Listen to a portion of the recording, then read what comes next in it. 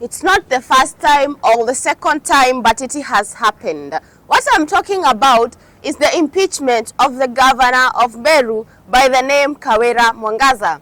People in the county have finally decided to take her off the office. One thing nimekuja kugundua ni watu venye walikuwa, sikuwa na expect watu wa Meru wako like kumbe wako serious na kuimpeach the governor.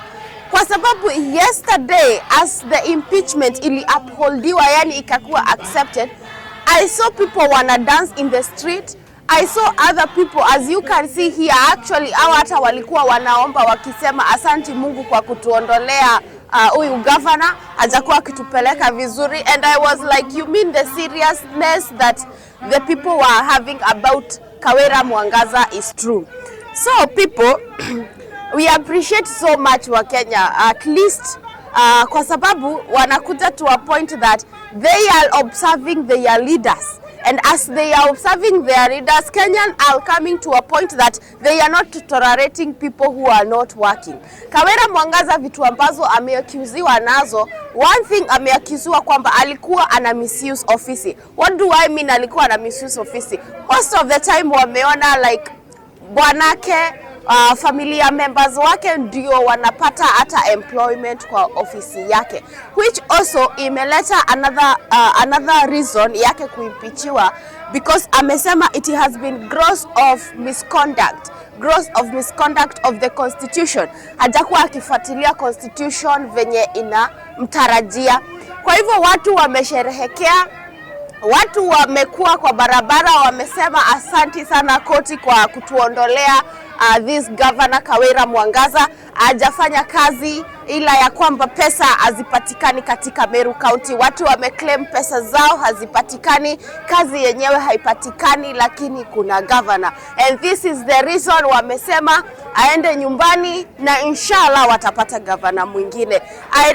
I'm so happy that the Kenyan people are now doing something when it comes to leadership. They are not just sitting down and saying tutangoja 2027. They are taking actions on the things that are happening with the leaders. Someone we elect is supposed to work for the people. And the moment mtu hatekelezi wajibu wake, tunamhitaji tena wanini? Tunamuondoa, tunatafuta mwingine. Majaliwa ya Mwenyezi Mungu, tunapata mwema ambaye anatekelezea wananchi wa Kenya kazi. Because the people of Kenya are suffering under most of the leaderships and the leaders that we chose. Example was that county of Meru, but at least it has come to an end. Kwa sababu you can imagine it's not the first time governor amekuwa tried to be impeached. That means it's true kuna kasoro mahali, and you can see this video. This is Kawira Mwangaza anasema nilienda pale nikawatetea lakini mumeniangusha. But wananchi wa Meru wamesema hawataki kutetewa kwa maneno, wanataka vitendo. Wanataka vitendo, na ndiyo maana hawajaweza kumvumilia Kawira Mwangaza. But finally she is going home out of the office, and we hope that other counties tutaendelea pia ku-observe our governors, our MCAs, our MPs, our women representative, tuangalie kwa jicho pevu.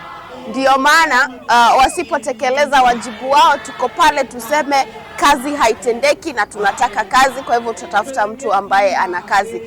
It is your girl Happy Lydia. Until next time, bye.